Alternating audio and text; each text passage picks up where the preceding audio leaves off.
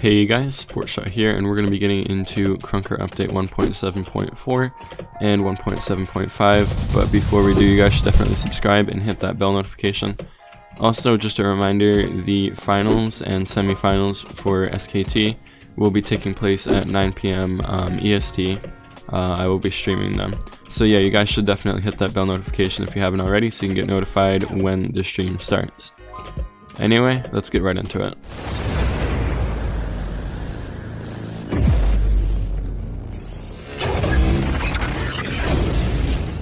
Alright, so our next update here is everything new in the host game section. There is a lot of new stuff. I think it's pretty cool. So you can see here that they added back Boss Hunt, which is a game mode where one person would have around 10 times the health of the normal class that they're playing, and then you'll have everybody else trying to hunt them. I think it's pretty cool. And then also, if we go down here, you can see that there is a new setting called Hitbox Scale right here. So you can make the hitbox of players smaller. This will make it harder for them to take damage, and you'll have to aim more to the center of them. It can increase aim somewhat. I'm not sure though. You guys should definitely check that out though. And then also, I think that's about it. Now, in terms of a GUI, they added a few new things here for team deathmatch or any team matches. You'll have your team names at the top with their scores and player counts. If you want to see it in action, you can check out my last live stream, which was the SKT round 1. And yeah, I think it looks a lot sharper. I like it this way. It looks more advanced. Good job. Also, when you're hosting a game, you can set score limits. So at 0, that'll make the scoring limit be infinite. And then if you want people's score to not exceed a certain number, you can just put it in through the slider. And if we go back into settings here, they made it so you can now change your controls. You can now bind keys for your streaks.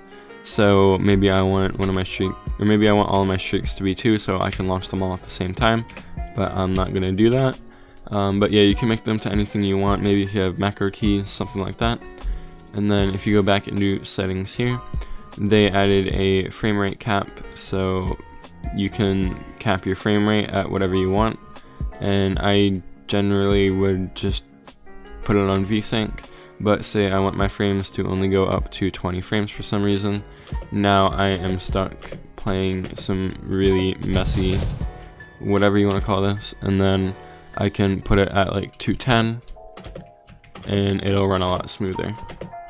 They also added a, well, they didn't add a new anti-cheat, they just updated the one that they have right now, so it can detect the latest hacks. Also, you will have a little bit less ping. It doesn't help all that much, but they optimize the servers a little bit, so they'll run slightly faster. I usually get like 1 less ping than average, but yeah, let's go on to the next update. Alright, so now if we go to the skin viewer, we can see here that if we go to Detective, which is the class that has the revolver here, they added a new really nice skin. It's called the Flame Tamer. I think it's one of the best skins in the game. Also, they updated the default skin and the default mesh kind of thing. So now it looks a lot more high quality. They added a little, one of those French things, I don't know what they're called. And then they added the Python thing. And you can see the site here, it looks a lot better. And also they made this a lot more high poly, and I just like it all in general. Alright, our last few updates here, they added some new stuff for the server config. So they are prepping it for matchmaking. Also, they did some stuff with the map editor. If you want to check that out, I have the link in the description of the full update notes.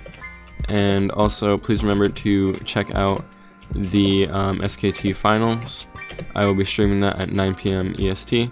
And yeah, thanks for watching.